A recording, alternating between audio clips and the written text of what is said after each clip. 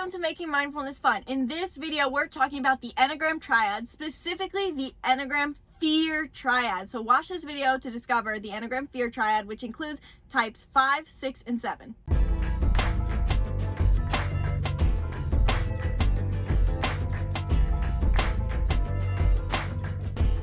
Hello and welcome back to the channel. I'm Gabby. I'm Isabelle. Here at Making Mindfulness Fun, we help you on a journey to higher consciousness so you can experience more joy, love, and emotional liberation. Please make sure that you subscribe to our YouTube channel after watching this video. In this video, we're talking all about the Enneagram FEAR Triad. Now, you're probably getting into the Enneagram. Now you already know your Enneagram, but the FEAR Triad and knowing your triad is so important. You're probably thinking about already your wing, you're focused on learning about your growth, but you have to know the triads because the triads are such an important part about in the Enneagram, and it's going to help you so much with liberating yourself from negative emotions. So what are the triads? The Enneagram is broken into 3 groups of 3, and one of them is the FEAR Triad. These are all broken into, the triads are the core emotion we struggle with. There's also an anger and a shame triad, but we're going to talk about the FEAR Triad in this video, which includes types 5, 6, and 7. The FEAR Triad, is core emotion is fear. They all struggle with fear, but how they experience this fear and how they deal with it is so different. So the 3 ways that these 3 types deal with this emotion of fear is to internalize, externalize, and fall asleep to. So internalize is the type 5. This means they internalize their fear. This is why the dominant issue that type 5s have to deal with is anxiety, because fear that is not expressed, honestly, fear that is expressed also looks like anxiety. They're feeling fear on the inside. When fear is running through our brain and we're fearful of the future, fearful of the present even, that looks like anxiety. And anxiety is something that so many people struggle with. Now the type 6 externalizes, and by this, the only difference between the 5 and 6 is that both types feel fear running through them on the inside. The 6 will oftentimes communicate things that they are afraid of. The type 5 is going to keep it all to themselves. They don't want to be seen as incapable or afraid. They got to keep up that tough exterior of that they're trying to be seen as capable. But the type 6 is not necessarily concerned about being seen as fully capable. They're the loyalist, remember? So the type 6 has all this inner fear, and they're often expressing it. That's why type 6s are one of the easiest types for us to spot in our day-to-day interactions with people. 6s will communicate and externalize their fear. Now, the Enneagram 7 falls asleep to their fear, which is, you'd be really surprised that the Enneagram 7 is a part of the FEAR Triad, because this 7 is the most joyful. They seem fearless, especially if they have their 8-wing. A 7 with an 8-wing seems fearless, but the truth is that sometimes, like the 7-wing 8, for example, actually the 7 as a whole, the way that they pursue fun and joy and are trying to always keep things lighthearted is a way for them to escape their negative emotions, because the 7's core thing that they're trying to avoid is feeling negative emotions. So the truth is about 7s is that they are a part of this FEAR Triad, and they're falling asleep to a lot of their fear. And although it's great to be joyful all the time, they're not going to be able to step into their highest self until they're able to also deal with their fear, embrace it, and let it go. Yeah, especially with this past year and everything that's happened in 2020. There's been a lot of fear, and it's been hard for everyone, but especially for the FEAR Triad, because they try to keep their fear low, whether it's expressed, repressed, or fall asleep to. But all of a sudden, with all this fear that's going around about a virus, everything is rising high, and they just can't deal with it. So we want to give you some ways to work through the fear, because after all, each triad has a core emotion of anger, fear, and shame, and these are not healthy emotions. They're healthy to feel. They're not positive emotions. We don't want to embody the frequency of fear, anger, or shame. We want to work through them. So how can we work through our fear 5, 6, and 7? It's going to be different, because as you express your fear differently, how you work through it is going to be so different. So for example, the type 5. Type 5, you try to ignore the fear. You repress it. You know it's there deep down. You feel your anger, unlike the type 7 who doesn't even, you feel your fear, but unlike the type 7 who doesn't feel their fear, you know it's there. You don't try to show it though to other people. So for you to work through your fear, you have to do, on the extreme side, doing more. Just acting in alignment is going to be really important for you. Embracing your mani-pur. Now that doesn't mean you have to go cliff jumping or skydiving to embrace your fear, but start acting intentionally in the direction you want to go is going to be important. So thinking, who do I want to be? and how can I act like that today is going to be really important. I also love Best Self has this courage over comfort deck, which gives you small activities to do every day to step outside your comfort zone. I think this is a really great thing for type 5s to work through that fear, because it'll give you small things to do every day that'll make you feel like a better person, and also step into a little more action and embrace that fear a little more. Things like give a compliment to a stranger, or go do something for yourself, or get something like that is going to be, are the actions they give you and are going to be really important for you.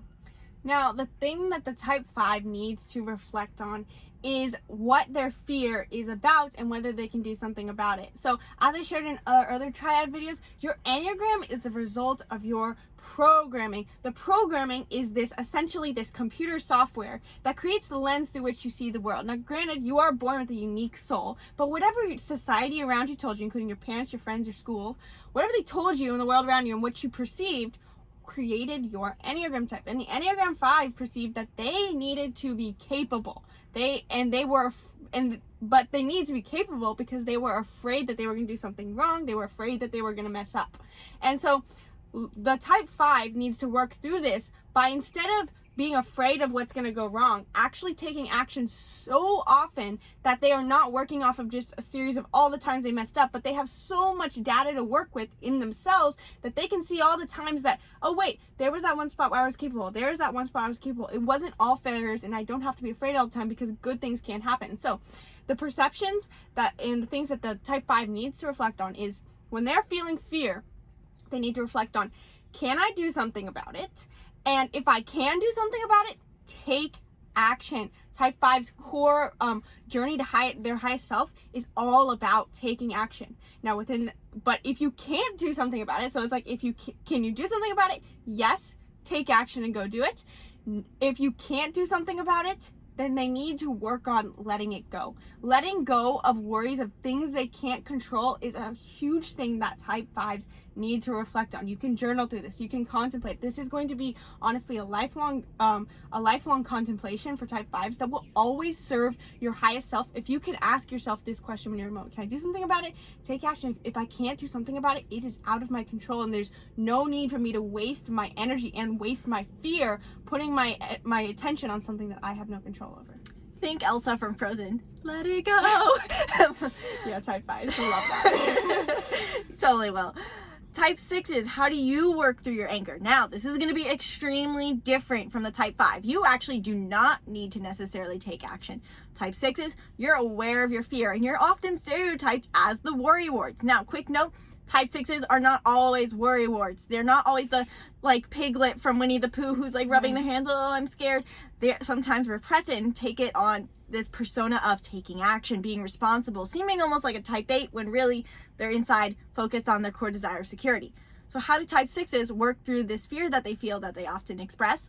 Well, for one, type 6s often take in a lot of information from the news, the media, just always looking and researching or seeing what problems are around them. Okay, what do I need to worry about? What's the danger? Try to take a break from that. Whether it's social media, the news, you're gossiping with your friends, it might setting a boundary, just saying, hey, I don't want to talk about anything happening in the world. That is a really important thing for you to do to work through your fear as someone in the fear triad. And it's going to be really important. It's going to be uncomfortable at first too, because, you know, all of us, if we've already done a social media detox, it feels like an addiction sometimes that because we crave it so much, we want to know. It feels like resistance, withdrawal when we first go without it, but it's so important for you.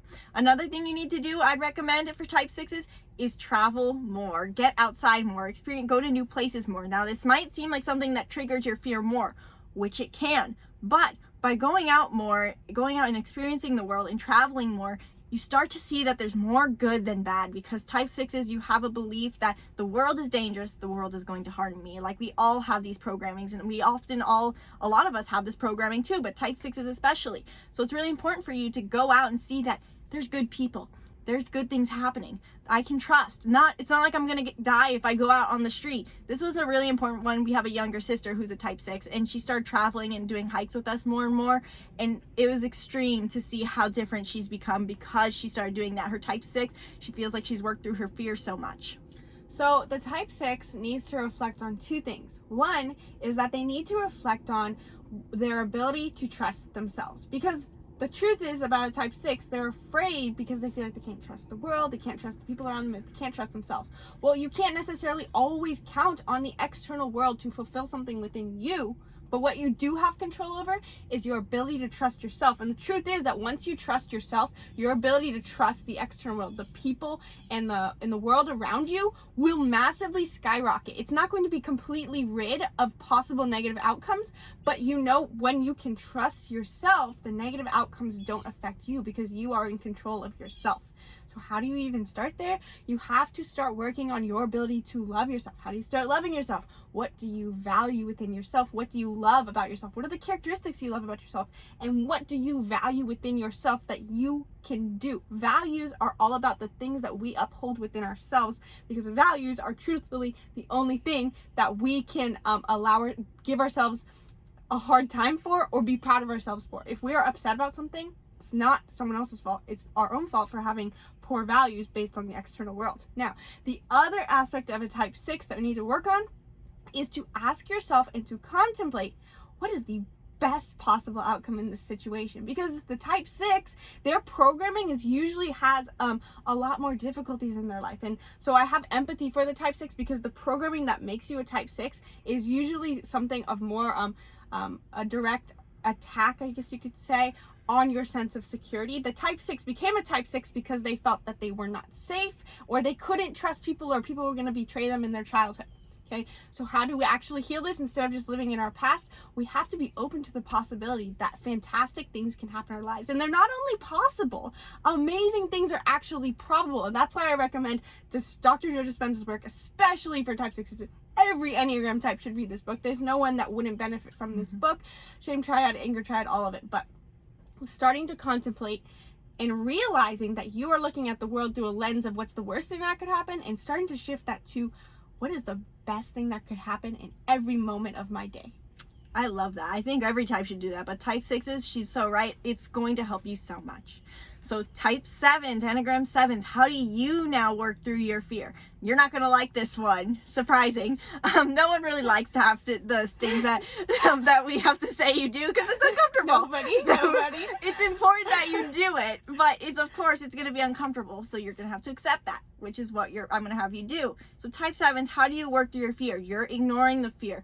You feel that if it comes up, all your negative emotions are going to come up, and you're just going to be lost in all this feeling of negativity. So how do you work through this fear? Well, the most important thing I believe for you is that you have to start feeling those negative emotions too. So this requires a lot of reflection, meditation, being alone to start uncovering those negative emotions, because as you repress your fear, your fear comes back to a fear of negativity. It always comes back to that you don't want to get stuck in those negative emotions. So by trying to feel those negative emotions, feeling those uncomfortable emotions, you're going to start getting more comfortable with your fear. And the other thing too with this, and how you should start embracing your fears and overcoming them, is you need to start rationalizing them, because type 7s tend to ignore the fears. They know that they're there, and they won't really say though what the core of the fear is. They won't know what they might say, oh well, everything's gonna work out, because they don't want to face the fear, because what if it does happen? But actually, we need you to start facing those. What is the worst case scenario that's super irrational that your brain is going through? This is pretty similar to what the type 6 has to do, but it's also important for the type 7. What is the situation you're projecting? Is it that you're going to end up being alone? Is it that you're going to end up getting hurt? Is someone you love going to get hurt? Picture that scenario, and then ask yourself, you have to use your third eye chakra. Is this actually going to happen? What is the likelihood? You have to start critically thinking rationally, and seeing how it's not really that scary. This is a hard worst case scenario to get to. Starting to recognize those thoughts is in the end the most important part for type 7s. So that kind of covered the perceptional side of the type 7. So how do they put this into practice? Well, you put this into practice by, honestly, it's this simple. You have to start by meditating. Of all the types, of all the 9 types there are, it is most important for this type to meditate, because the other types, everyone benefits from meditating, because they do need to feel into their anger, they need to feel into the shame, they need to feel into their fear. But the type 7 is living in avoidance of the internal dialogue. And so honestly, all 3 of the fall asleep 2 types, so that's the 9 and the 9, the 2, and the The 9, 2, and the 7.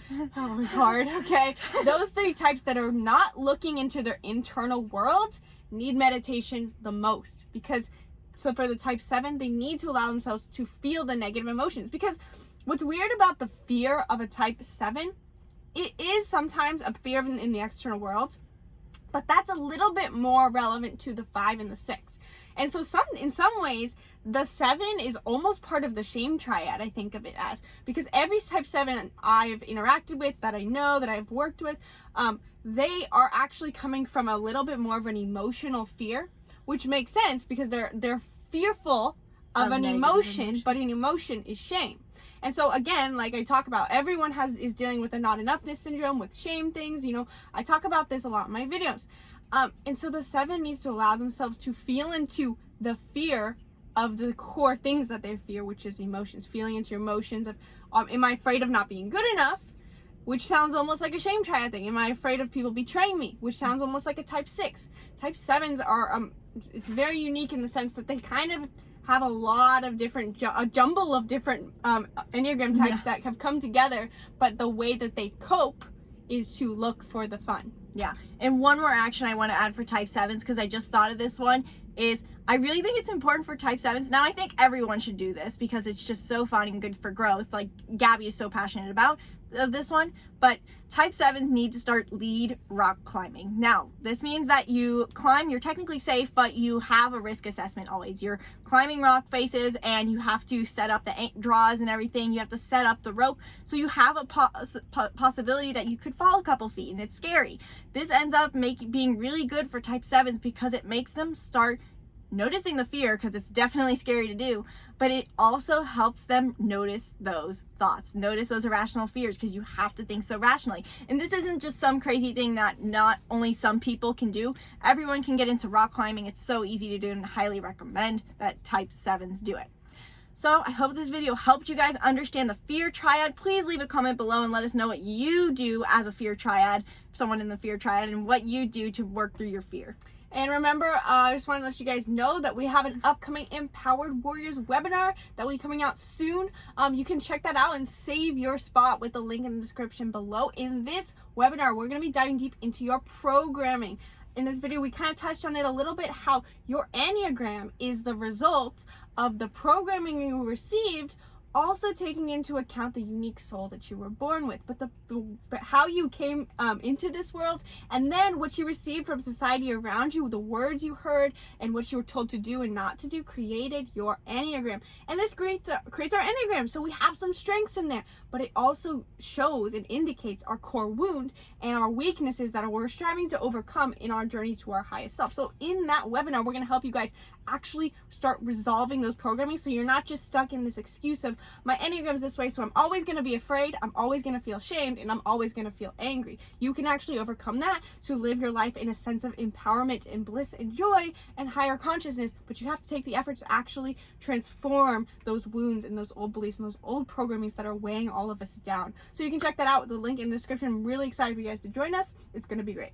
It's going to be so awesome. Definitely check it out. It's right there. It's super easy to go check out and find out and be on the list to be updated on it. Please leave that comment below. Let us know if this video helped you, and subscribe to our YouTube channel so you don't miss a single video. Turn on those post notifications as well. This wraps up our triad series. Please let us know also in the comments what you want to hear next. I hope you enjoyed this series. If you haven't watched the anger and the shame triad videos yet, go watch them now, because you might not be part of that triad, but you have to understand your friends, your family who are in those triads. So thank you for watching. Namaste.